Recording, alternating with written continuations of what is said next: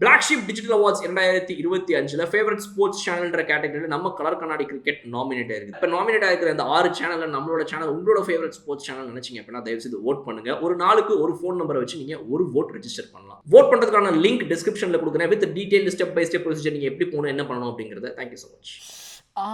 என் கழுத்து அப்படின்னு சொல்லி இன்னைக்கு விராட் கோலி பார்த்தீங்க அப்படின்னா கழுத்துல சுளுக்கு அப்படின்னு ஆட்ட தெரியாத சிலுக்கு சொன்னாலாம் கழுத்துல சுளுக்குன்னு அப்படின்ற மாதிரி இன்னைக்கு வந்துட்டு விராட் கோலி அவர்கள் வந்துட்டு கழுத்துல சுளுக்குன்னு சொல்லிக்கிறாப்ல. பாய்ஸ் அண்ட் கேர்ள்ஸ் பாலா ஏட்டா போடுறதே நீ ஒரு 10 வீடியோ, அதில் 9 வீடியோ விராட் கோலியவே பற்றி பேசிக்கிட்டு உனக்கு ஒரு புலப்பே இல்லையா அப்படின்றாங்க எல்லாரும். என்ன பண்ணுறது, நடக்கிற சம்பவத்தை பற்றி பேச வேண்டிய நேரம் கட்டாயத்துக்கு நம்ம தள்ளப்படுறோமே.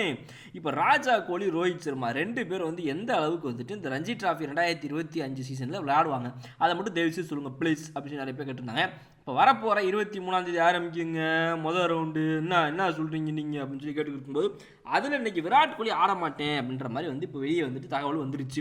வருவாரா மாட்டாரா ஆடுவாரா இல்லையான்னு கேட்டுட்டு இருந்ததுக்கு வந்து நான் செலெக்ஷனுக்கு அவைலபிள் இல்லைங்க, நான் வரலை அப்படின்றத திட்டவட்டமாக தெரிவிச்சிட்டாப்லையா டெல்லி கிரிக்கெட் அசோசியேஷன் கிட்ட நம்மளுடைய ராஜா கோலி அவர்கள். இந்த பக்கம் பார்த்தீங்க அப்படின்னா ரோஹித் சர்மா நான் வரேன், ஒன்றும் பிரச்சனை கிடையாது, என்ன ஒரே சரி ரைட் ஓகே வரேன் டார்ச்சர் பண்ணாதீங்க ஐயோ அப்படின்னு சொல்லி ஒரு காலில் செருப்பை மாட்டிக்கிட்டு இன்னொரு காலில் பாதி ஷூவை போட்டுக்கிட்டு வந்து விளையாடிட்டு போவோண்டா அப்படின்னு கடமைக்கு வர்றாம கட்டுப்பாட்டோட வந்து கண்ணியமாக விளையாட வந்துட்டு இருக்காப்புல இன்னைக்கு மாட்டடி மகேந்திரன் என் அன்புடன் அழைக்கப்படும் ரோஹித் சர்மா அவர்கள்.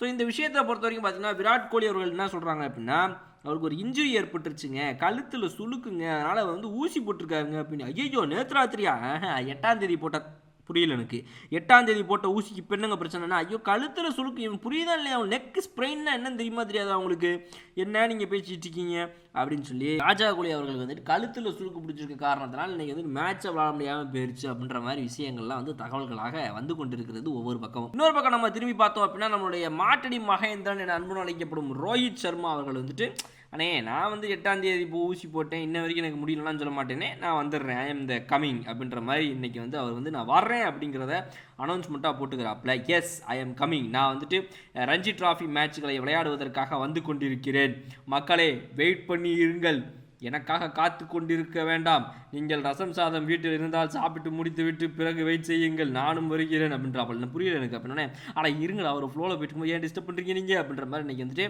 நம்மளுடைய தலைவர் மாட்டடி மகேந்திரன் அவர்கள் வந்துட்டு உண்மையாகவே நல்ல ஒரு பர்ஃபார்மன்ஸை கொடுக்கறதுக்காக ரஞ்சி டிராஃபி வெயிட் பண்ணிட்டுருக்காப்புல. கடைசியாக அவர் விளாடுனது ஒரு செஞ்சுரியை போட்டாப்புல, பல வருடங்களுக்கு முன்னால் அவர் விளாடுனது 2015.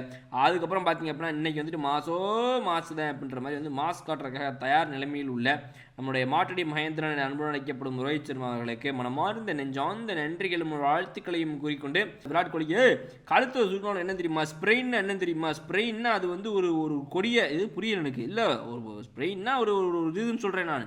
ஸ்பெயினுங்கிற நாடு இருக்கு இல்லையா, அங்கேருந்து யாராவது ஒருத்தவங்க வந்தாங்க அப்படின்னா அவங்களுக்கு உடனடியாக அந்த ஒரு வாரத்துக்குள்ளே ஸ்ப்ரெயின் வந்துரும்பாங்க, அதுதான் இது வேற ஒன்றும் கிடையாது அப்படின்றாப்புல. சூப்பராக அவங்களுக்கு பார்க்குற அது ஒரு உங்களுக்கு பாய்.